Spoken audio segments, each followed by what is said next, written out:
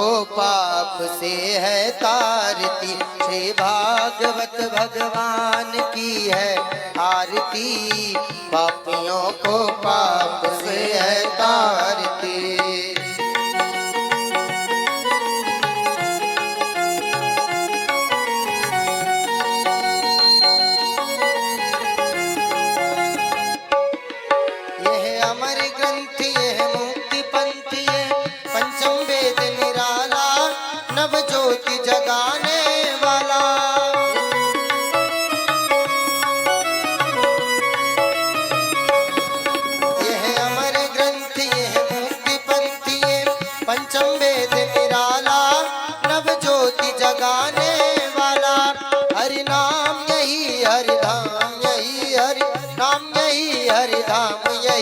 जग के मंगल की आरती, पापियों को पाप से है तारती, श्री भागवत भगवान की है आरती, पापियों को पाप से है तारती।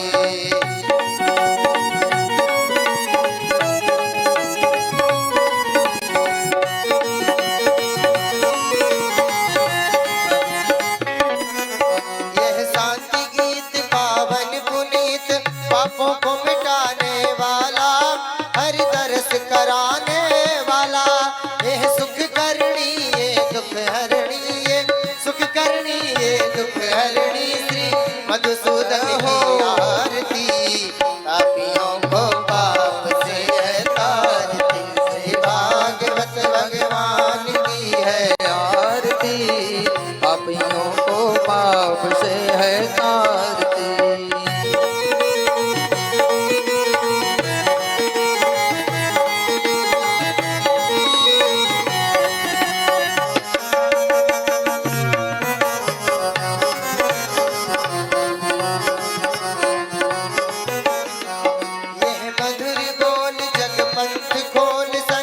मार्ग बताने वाला, बिगड़ी को बनाने वाला, श्री राम यही घनश्याम यही, श्री राम यही घनश्याम यही, प्रभु के महिमा की आरती, पापियों को पाप से है तारती, श्री भागवत भगवान की है आरती, पापियों को पाप से है तारती, पापियों को पाप से है तारती, पापियों को पाप से है तारती।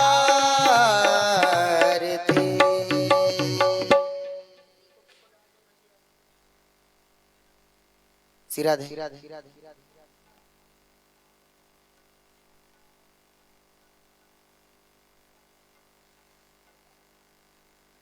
ओम जलेन शीतलीकरणं पुष्पैः देवाभिवन्दनम् आरोग्यार्थेषम् आत्माभिवन्दनम्। हरिः ओम देवो शान्तिरन्तरिक्षगुं शान्तिर्हृदिवे शान्तिरापः शान्तिरोगदयः शान्तिः वनस्पतयः शान्तिर्विश्वे देवाः शान्तिर्ब्रह्म शान्तिः सर्वगुं शान्तिः शान्तिरेव शान्तिः श्यामा शान्तिरेधि। हरिः ओम जदनेन जन्त देवास् तानि धर्माणि प्रथमान्यासन्न ते हनागं महिमानः सचन्दपूर्वे साध्याः सन्ति देवाः।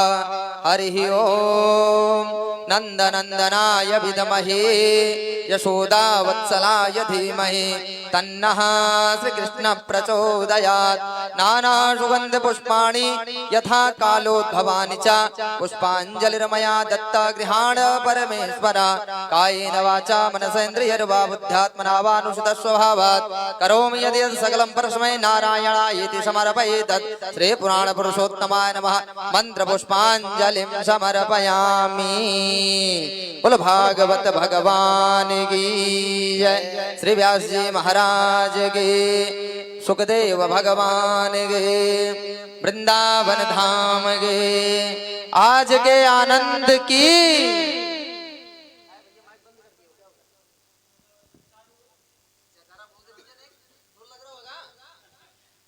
बोले राज महाराज की, बाबा विश्वनाथ की, सीतारामचंद्र भगवान की जय। जय श्री राधे।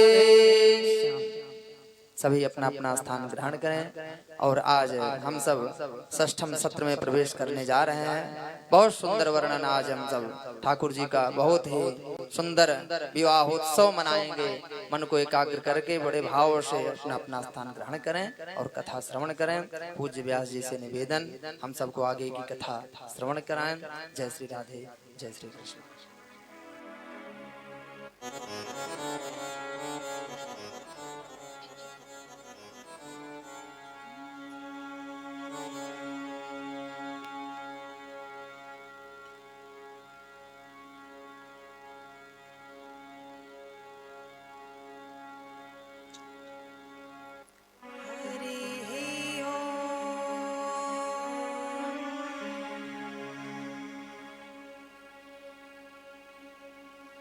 स्वस्ति श्री गणेशाय नमः।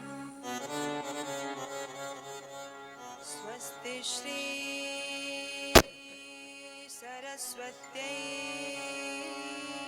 नमः। स्वस्ति श्री गुरुचरणकमलेभ्यो नमः। सानः वसतु जिह्वाग्रे सर्वसौभाग्यदायिनी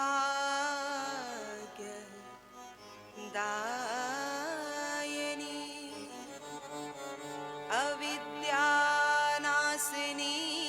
देवी सर्वसुखला सरस्वती।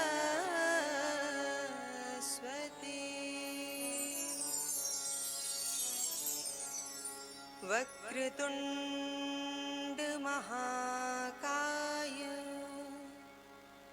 कोटिसूर्यसमप्रभ निर्विघ्नं कुरु मे देव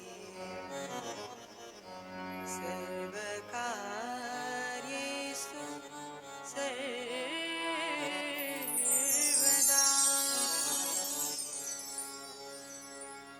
ध्येयं सदा परिभवग्नमभीष्टदो तीर्थास्पदं शिवविरञ्चिनुतं शरण्यं भृत्यार्थिहं प्रणतपालभवाति पोतं वन्दे महापुरुषते चरणारविन्दम्।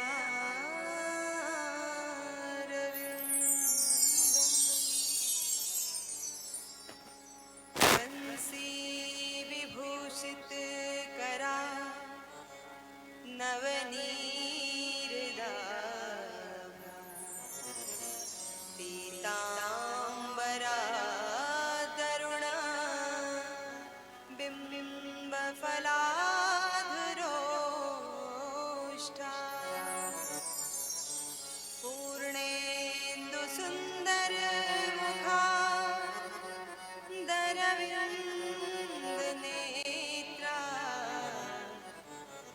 कृष्णात् परं किमपि तत्त्वमहं न जाने। अज्ञानतिमिरान्धस्य ज्ञानाञ्जनशलाकया चक्षुरुन्मीलितं येन तस्मै श्रीगुरुवे नमः। जय जय श्री राधारमण जय जय नवल किशोर जय गोपीजित जोर प्रभु जय जय माखन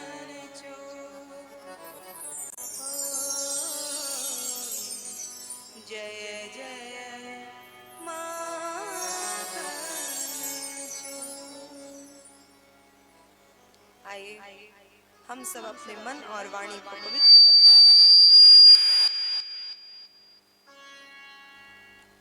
मन और वाणी को पवित्र करने के लिए कुछ क्षण हरि नाम संकीर्तन, प्रभु के चरणों का आश्रय लेते हुए सुंदर भजन का आस्वादन करें। श्री राधे गोपाल भज मन श्री राधे, श्री राधे गोपाल भज मन श्री राधे, श्री राधे गोपाल भज मन श्री राधे, श्री राधे जय श्याम राधे, श्री राधे जय गोविंद राधे, श्री राधे गोपाल भज मन श्री राधे, श्री राधे गोपाल भज मन श्री राधे।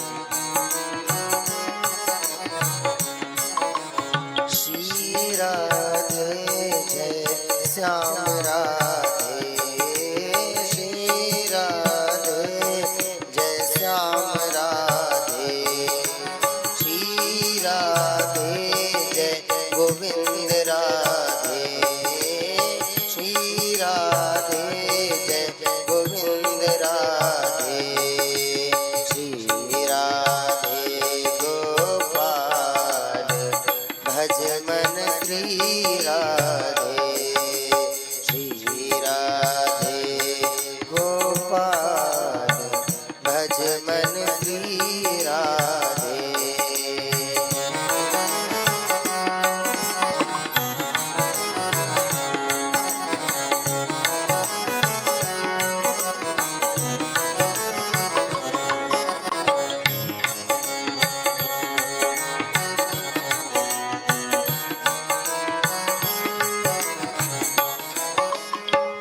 द्रुपद सुता दुष्टों ने घेरी, द्रुपद सुता दुष्टों ने घेरी, आए नाथ करी ना देरी, आए नाथ करी ना देरी, बसन रूप भय श्याम, बसन रूप भय श्याम, भज मन श्री राधे, श्री राधे गोपाल भज मन श्री राधे, श्री राधे जय श्याम राधे, श्री राधे जय गोविंद राधे,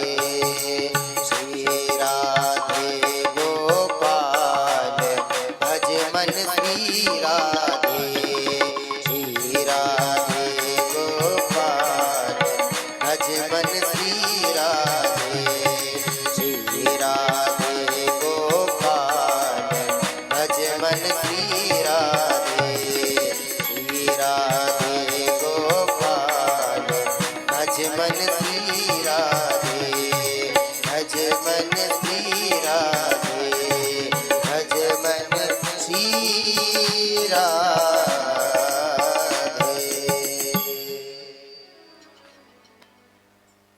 बोल वृंदावन माँ के बिहारी लाल की, श्री राधा सर्वेश्वर भगवान की, श्री वृंदावन धाम की, श्रीमद् भागवत महापुराण की, श्री वेद व्यास जी महाराज की, श्री सुखदेव जी महाराज की, श्री परीक्षित जी महाराज की, गंगा यमुना महारानी की, अनंत बलवंत श्री हनुमान जी महाराज की, द्वारिकाधीश जगत जननी गौ माता की।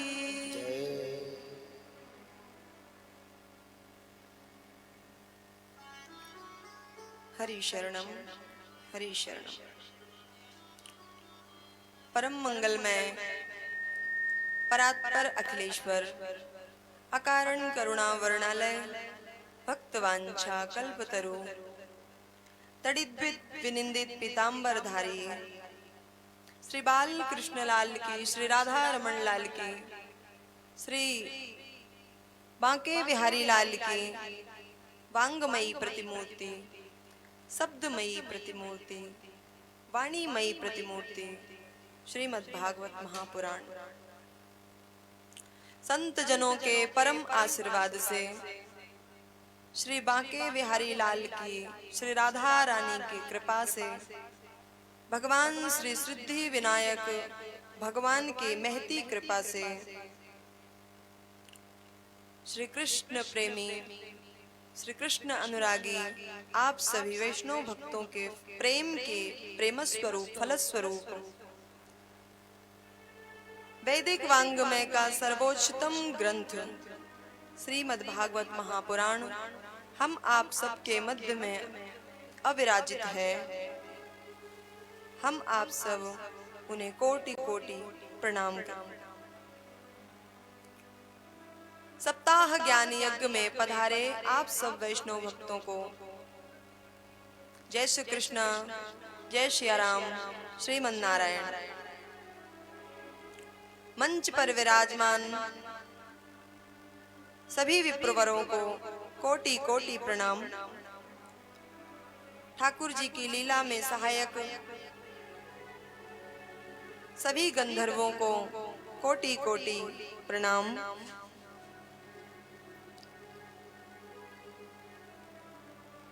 कल के सत्र में हम आप सब ने सुंदर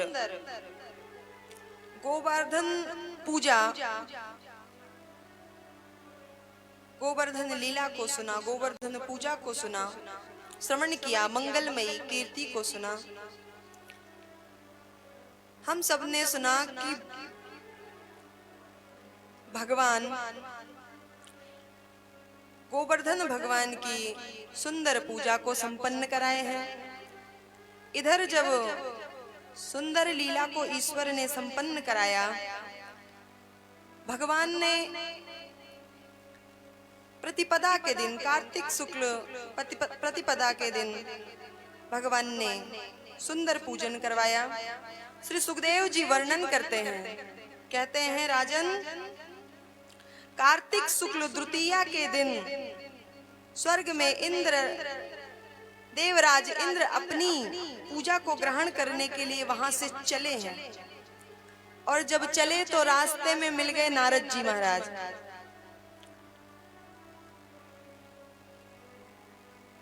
नारद जी महाराज ने वहां पहुंच करके स्वर्ग में कहा, देवराज इंद्र, आपकी पूजा को नंद के लाला ने बंद करवा दिया। अच्छा, नंद के लाला ने बंद करवा दिया, क्यों? कहा, नंद के लाला ने आपके पूजा के बदले श्री गोवर्धन जी की पूजा करवा दी। अच्छा, यह बात सुन करके आपके बदले गोवर्धन को पुजवा दिया, तो यह बात सुन करके इंद्र को बहुत क्रोध आया। जब उसको बहुत क्रोध आया, तब उसने अपने प्रलयकारी मेघों को बुलाया और बुला करके क्या कहता है,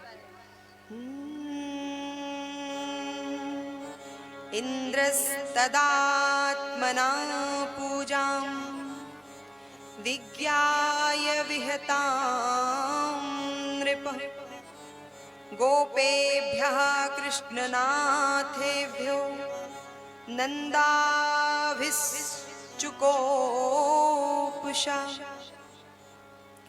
इंद्र ने आज्ञा दे दी अपने मेघों को और कहा, जा करके पूरे ब्रजमंडल को डुबा दो, पूरे ब्रजमंडल में मूसलाधार वर्षा कर दो और पूरा ब्रजमंडल को नष्ट कर कर चले आओ। भगवान तो सब जानते थे। भगवान को जब पता चला इंद्र ने अपने मेघों को भेजा है, तो सब वहां से पूजा करके अपने अपने ब्रज को, अपने अपने घर को वापस लौटे हैं। लौट रहे थे, तभी रास्ते में देखा कि अचानक काले काले मेघ, आकाश में गड़गड़ाते हुए बादल, और बादलों को देखा, अंधेरा छा गया, खूब आंधी आई, खूब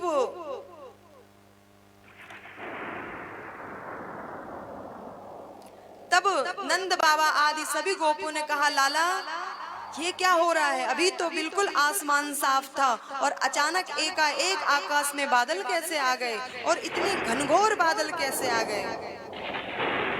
कन्हैया ने कहा, कोई बात नहीं बाबा। कहा, देख लाला, मुझे तो पहले से पता था कि इंद्र महाराज गुस्सा हो जाएंगे, नाराज हो जाएंगे, और देख वही हुआ। तेरे कहने पे मैंने पूजा कर दी गोवर्धन भगवान की। अब इंद्र हम सबको नहीं छोड़ेंगे। तो कहा, लाला कुछ तो कर। तो कन्हैया कहते हैं, बाबा जिसकी पूजा आप अभी करके आए हैं ना, वो कोई साधारण देवता नहीं है। कहा, अच्छा करे, जिसकी अभी पूजा की है उन्हीं से प्रार्थना करो। कहा, कैसे? करे, सब लोग फिर से गोवर्धन की तलहटी में चलो। सभी यहाँ गोवर्धन भगवान की तलहटी में आए हैं, और तलहटी में आकर के जब सब तलहटी में आए हैं तो भगवान ने कहा, सब लोग नेत्र बंद करके गोवर्धन भगवान की पूजा करो। और जब नेत्र बंद करके भगवान गोवर्धन की पूजा करने लगे, तभी भगवान ने अचल गोवर्धन पर्वत को चालायमान किया और अपने हस्तिका पर उठा करके, और फिर ये सबसे छोटी उंगली के नाखून पर भगवान ने गोवर्धन भगवान को धारण किया।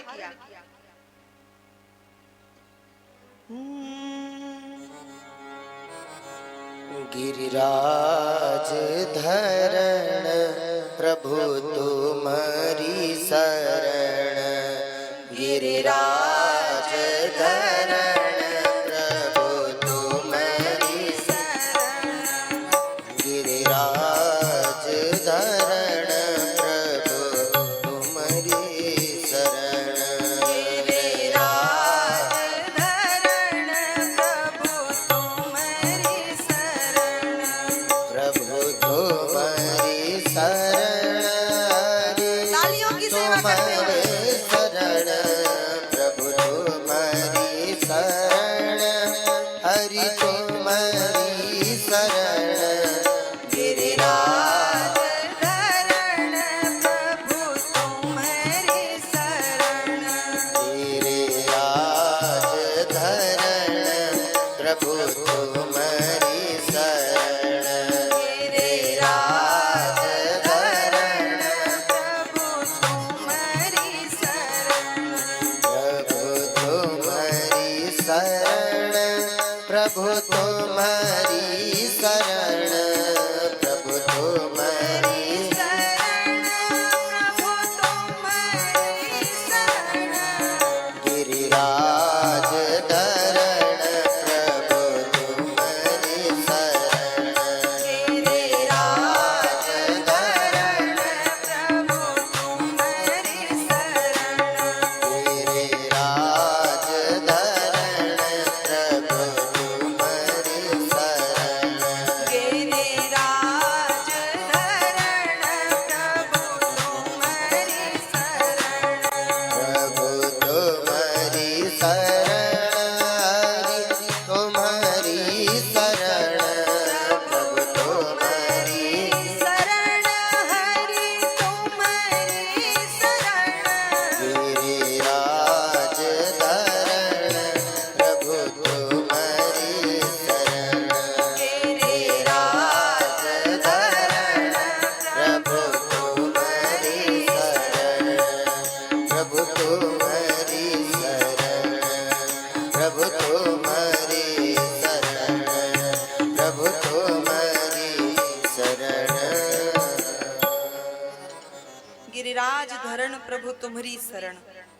प्रभु ने 7 दिन 7 वर्ष के कन्हैया और 7 दिन 7 रात पर्यंत गोवर्धन भगवान को अपने नख पर उठा करके रखा है। और भगवान ने मन में विचार किया कि मेघ तो बरस रहे हैं मूसलाधार वर्षा में, कोई ऊपर से तो नहीं भीगेगा, लेकिन जब गिरिराज भगवान को उठा लिया तो जो यहाँ पर गड्ढा हुआ है इसमें यदि जल भर गया तो सारे गोप गोपियां तो वैसे ही डूब जाएंगे। तो भगवान ने क्या किया है, आदेश दिया है किने जलौघमागतं वीक्ष भगवांस्तद गिरेरधा सुदर्शनं तथा शेषं मनशाज्ञां चकारः। गर्ग संहिता में बड़ा सुंदर ये श्लोक आया है। भगवान कहते हैं कि यदि गोवर्धन भगवान के नीचे जल भर गया तो सभी डूब जाएंगे। तब भगवान शेष भगवान को आदेश देते हैं, बुलाते हैं अपने पास और कहते हैं, शेष जी से कहते हैं कि चारों तरफ आवरण बना करके, घेरा बना करके आप बैठ जाइए ताकि इस तलहटी के अंदर, गड्ढे के अंदर जल ना भर पाए। भगवान शेष चारों तरफ से आवरण बना के बैठे हैं और कहा कि सुदर्शन चक्र को आदेश दिया है कि सुदर्शन चक्र से कहा कि आप इस गोवर्धन के ऊपर, भगवान गोवर्धन के ऊपर आप जो है एक सुरक्षा कवच बनाकर खड़े हो जाइए। जितनी मूसलाधार वर्षा होती है ये सब आप यहाँ से हटाते जाइए, सोखते जाइए। ऐसा गर्ग संहिता में आया है। हमारे संत तो बड़ी सुंदर एक बात कहते हैं यहाँ पर कि भगवान ने अगस्त ऋषि को बुलाया। अगस्त ऋषि से कहा कि महाराज जितनी मूसलाधार वर्षा हो रही है आप ये सब पान कर लीजिए। अच्छा, ये अगस्त ऋषि कौन? अगस्त ऋषि वो ऋषि हैं, वो तपस्वी हैं जिन्होंने मात्र 3 आचमन में पूरे समुद्र का पान कर लिया था। हमारे ब्राह्मण कराते हैं ना, पहला केशवाय नमः, माधवाय नमः, गोविंदाय नमः।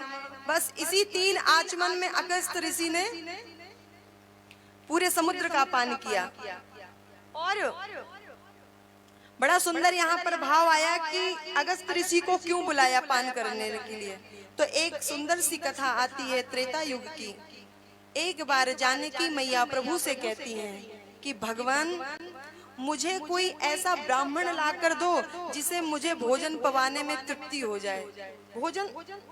भोजन तो मैं रोज कराती हूँ किसी न किसी ब्राह्मण को, लेकिन मेरी मन की तृप्ति नहीं होती।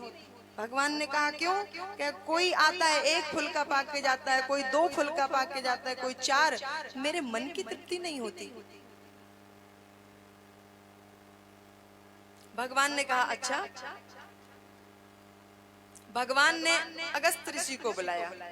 अगस्त ऋषि को बुलाया, भगवान ने आंखों से ही इशारा कर दिया कि भैया महाराज आप आसन जमा कर बैठ जाओ, और आसन जमा कर बैठो और जानकी मैया आपको भोजन पवाएंगी, और तब तक मत उठना जब तक हम आपको ना कहें।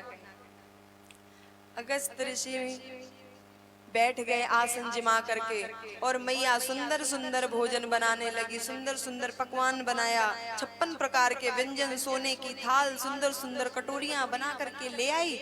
और जैसे ही रखा, अगस्त मुनि की जो दृष्टि गई ऋषि की, ऋषि ने कहा कि देवी इन छोटी छोटी कटोरियों से मेरा कुछ नहीं होने वाला। कहा फिर सारी कटोरियों का प्रसाद एक थाल में रखा और एक ही बार में उठा करके पान कर लिया। कहा देवी और लाओ, मैया और लेकर आई। फिर ऐसे 4 दिन 5 दिन जब बीत गया, दिन रात रसोई चलती रही, मैया बनाती रही जानकी मैया, और अभी भी तृप्त नहीं हुए। तो मैया बोली कि बाबा, मैया ने सोचा मेरे तो बस की अब बात है नहीं, बाबा से कह दूं जल ग्रहण कर लो तो शायद जल पी ले तो पेट भर जाएगा, और जब पेट भर जाएगा तो अपने आप ही उठ जाएंगे। कुछ लोग आधा ही पाए रहते हैं और उसके बाद भोजन के बाद एक लोटा जल ले लेते हैं, और जैसे ही एक लोटा जल गया वैसे पेट डम और बढ़िया डकार आती है। तो मैया कह रही है कि बाबा आप आधा भोजन हो जाए जब तो बीच में थोड़ा जल ले लेना चाहिए। बाबा कहते हैं माता जब आधा भोजन हो जाएगा तो मैं बता दूंगा। 5 दिन रात्रि लगातार रसोई चलती रही, लगातार भगवान ऋषिवर भोजन पा रहे। मैया मन में विचार करती है जानकी मैया कि मैं तो नहीं पवा पा रही, मेरे बस की तो अब बात है नहीं। तो भगवान प्रथम देवता जो गणपति बप्पा हैं इनका आवाहन करती है, रिद्धि सिद्धि मैया के सहित आप आए और हमारी रसोई संभालें। तो गणपति बप्पा आते हैं, रिद्धि सिद्धि मैया आती हैं और ऐसे भोजन पवाते गए और वो पाते गए, भोजन पवाते गए। 20-25 दिन बीत गए, रसोई भी चलती रही। अब यहाँ गणपति बप्पा भी पत्नियों के साथ पसीना पसीना हो गए। कहा देवी अब हमारे बस का नहीं है। जानकी मैया गई किसके पास? भगवान राम के पास। कहा प्रभु आप कुछ लीला करो, मेरी रसोई में जो कुछ था मैंने सब दे दिया और पकाते पकाते भी मैं पसीना पसीना हो गई, कोई नहीं देखने वाला। तो भगवान कहते हैं अच्छा तो अब आप शांत करें ऋषिवर की भूख, अब हमारी तृप्ति हो गई है। तो भगवान आते हैं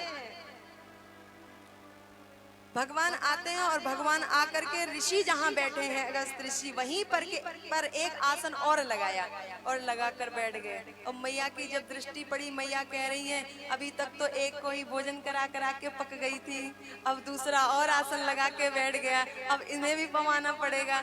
प्रभु कहते हैं कि देवी आपके पास जो कुछ भी भोजन हो मुझे भी लाओ, मुझे भी भूख लगी है।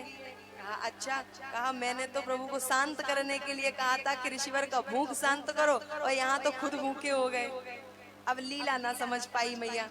प्रभु जब बैठे तो रसोई में जो कुछ भी बचा था प्रसाद ले आकर के मैया ने सामने रखा। जानकी माता ने, भगवान ने एक फुल्का पाया और एक फुल्का पा करके थोड़ा सा जल ग्रहण किया। जल ग्रहण करने के बाद एक सुंदर सी बड़ी सी डकार ली, और जैसे ही डकार ली वैसे ही बोले हमारा तो पूर्ण हो गया, हमारा प्रसाद पूर्णतम।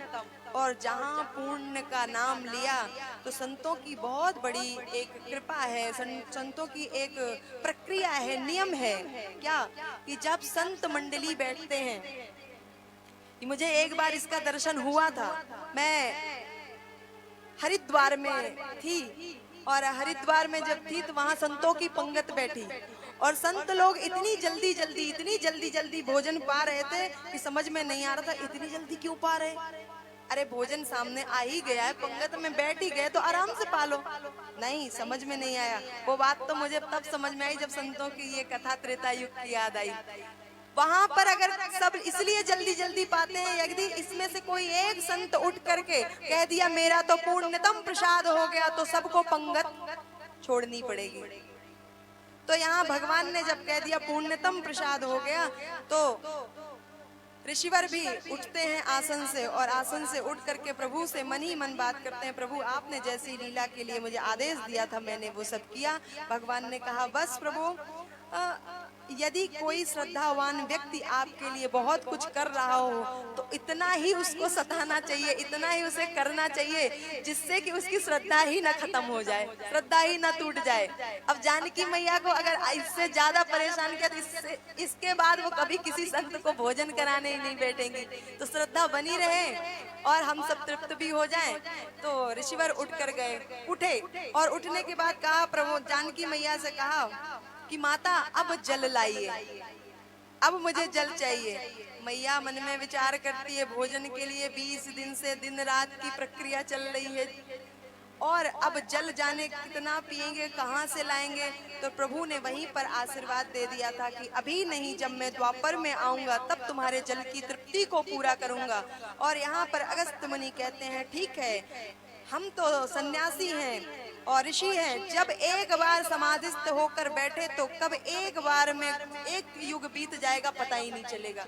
और वहां पर वो समाधिस्थ बैठते हैं और एक युग बीतता है। त्रेता के बाद द्वापर आया और द्वापर में भगवान ने यहाँ पर गोवर्धन लीला में जब मूसलाधार वर्षा हो रही तो अगस्त ऋषि से कहा, ये जितनी मूसलाधार वर्षा हो रही इन सब जल का पान आप करें। बड़ी सुंदर यहाँ पर ये कथा है। और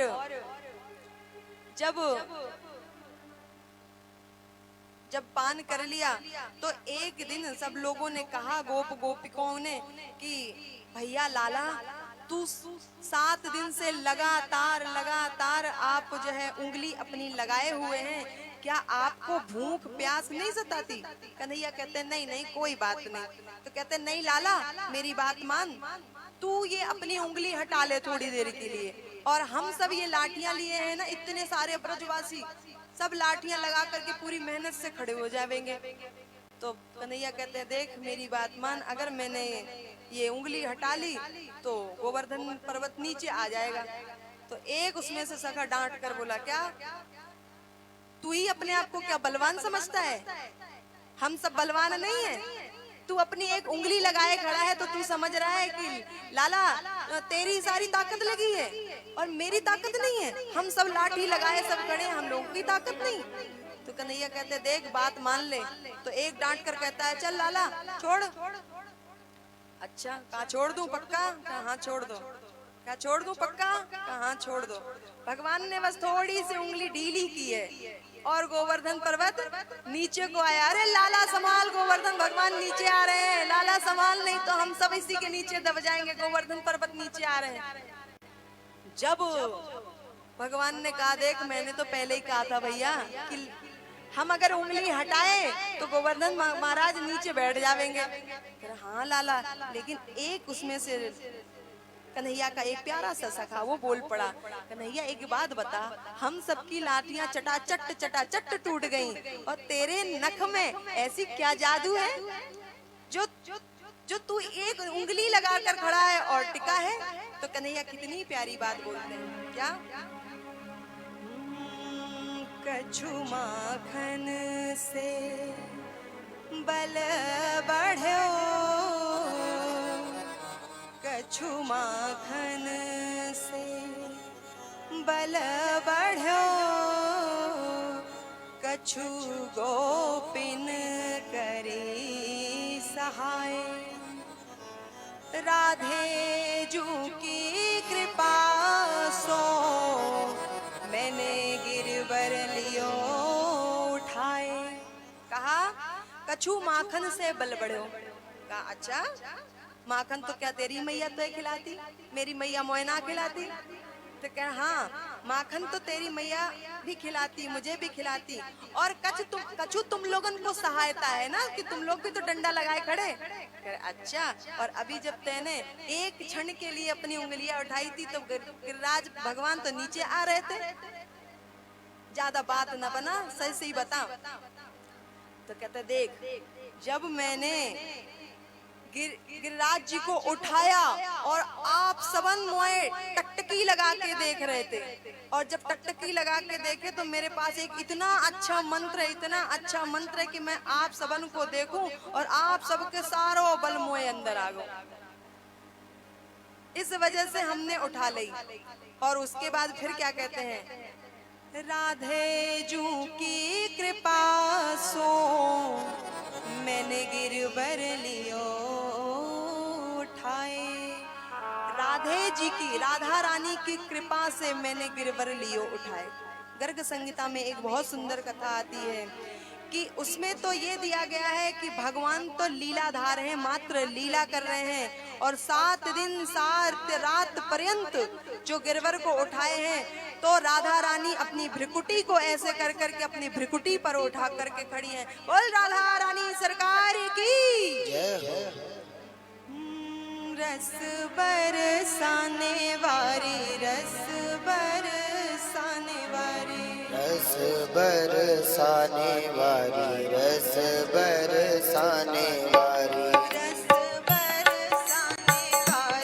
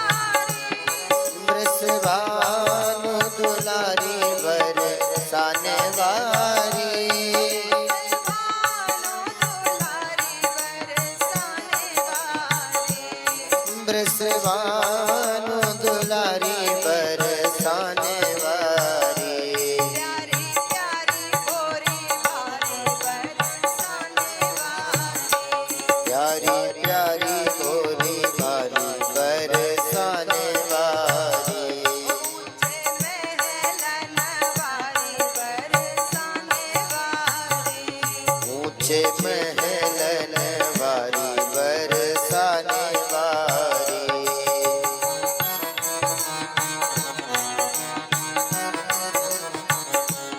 रस बरसाने वाली बरसाने वारी रस बरसाने वाली बरसाने वारी रस बरसाने वाली राधे राधे रानी रस बरसाने वाली बरसाने वारी।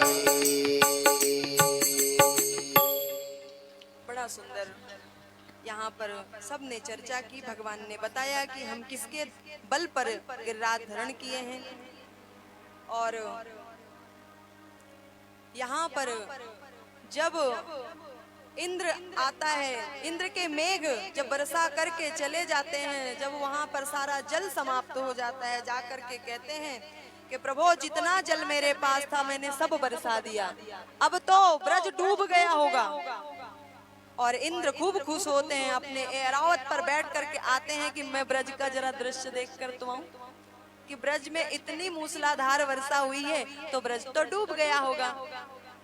कहा इंद्र जब वहां से आता है और अपने ऐरावत हाथी पर चढ़कर जब आ रहा था तो देखता है सभी ग्वाल बाल वहां खेल रहे थे। भगवान ने गिरिराज जी को फिर पुनः अपनी जगह पर स्थापित कर दिया और सबको निकालकर अपने अपने घर ले गए।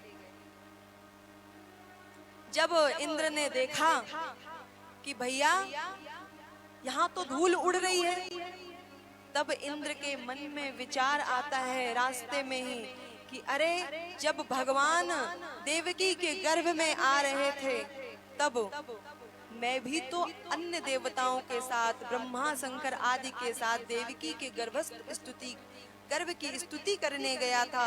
मुझे तो पता था कि साक्षात नारायण आ रहा है, फिर मुझसे ये मेरी दुर्बुद्धि कि मुझसे ऐसी भूल हुई, मैं कैसे भूल कर बैठा।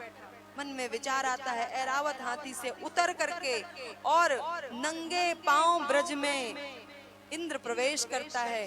इंद्र मन में विचार करता है आज मैंने बहुत बड़ा अपराध कर दिया, परब्रह्म परमेश्वर का अपराध कर दिया। और एक बार परब्रह्म परमेश्वर का अपराध करने पर भगवान माफ कर सकते हैं। हो सकता है आज मैंने भगवान के भक्तों का अपराध कर दिया, हो सकता है कि आज भगवान मुझे माफ न करें। और जब भगवान वहां पर आए हैं तो ठाकुर जी के चरणों में प्रणाम किया और प्रणाम करके बोलने लगे कि महाराज आप ही की कृपा से मैं इंद्र का स्वर्ग का राजा हूँ, आपने ही तो सब कुछ किया है। मेरी दुर्बुद्धि कैसी हो गई, मेरी बुद्धि में ऐसा कैसे भाव आ गया कि नंद का लाला एक साधारण कोई बालक है और मैं इतना बड़ा अपराध कर बैठा। भगवान मुस्कुराते हैं। भगवान ने मुस्कुराया और मुस्कुरा करके कहा कि कोई बात नहीं, देर आए दुरुस्त आए।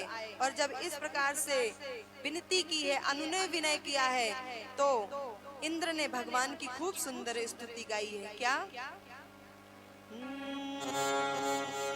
नमस्तुम्यं भगवते पुरुषाय महात्मने वासुदेवाय कृष्णाय सात्वतां पतये नमः। नमस्तुभ्यं भगवते पुरुषाय महात्मने वासुदेवाय कृष्णाय जगतपते। हे प्रभु आप ही इस संसार के जगदाधार हैं। मेरी दुर्बुद्धि मेरी बुद्धि में ये दुर्बुद्धि कभी फिर से ना आए। प्रभु मुझ पर ऐसी कृपा करो। और इस प्रकार कह करके इंद्र अपने लोक को गए।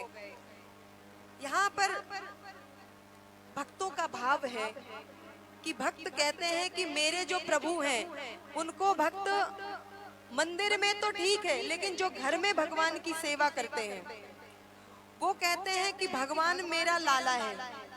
भगवान मेरा सखा है, भगवान मेरा पुत्र है, कुछ गोपियां कहती हैं भगवान मेरे पति हैं। कोई किसी ना किसी रूप में भगवान को भजता है। और जब अपने लाला को हम सब दिन में 8 बार तो भोजन कराते ही हैं। कभी जल दिया, कभी दूध दिया, कभी पान दिया, कभी पुष्प दिया, कभी फूल दिया, फल दिया, कुछ ना कुछ दिन भर अपने बच्चे को देते ही रहते हैं। तो भगवान को जो इस भाव से भजते हैं वो 8 याम सेवा करते हैं, 8 बार तो भोजन ही लगाते हैं। अब ब्रजवासियों के मन में विचार आता है कि 7 दिन 7 रात पर्यंत हम सब गोवर्धन भगवान की शरण में थे, गोवर्धन भगवान ने हमारी रक्षा की है, तो हमें भगवान का ये जो 7 दिन बीत गया ना, इसके बीच का जो प्रसाद है, इसके बीच की जो सेवा है मुझे पूरी करनी चाहिए। तो 8 बार भोजन दिन में 1 बार कराते थे और 7 दिन बीत गया तो 8 7 56 भोग का यहाँ पर बड़ा सुंदर संतों ने विस्तार किया है। एक गोप बोला नंद बाबा से कि नंद बाबा, मोए तो देख के आश्चर्य हो रहा था कि तेरो लाला एक नख पर गोवर्धन कैसे धारण कर सकता है। तो नंद बाबा कहते हैं, देख भैया, मैं तो उसे एक बड़ी गुप्त बात कहूँ, तू को उसे कह ना दियो। कहा हाँ नहीं कहेंगे, बताओ। तो नंद बाबा कहते हैं, तस्मान्नंद कुमारोऽयं नारायण समो गुणै। देख लाला, जब गर्गाचार्य जी महाराज मेरे लाला का नामकरण संस्कार करने आए थे न, तभी कह दिया था कि इसके जो गुण है ना वो नारायण के समान होंगे, इसकी लीलाओं को देखकर आश्चर्य मत करना। लाला ने कहा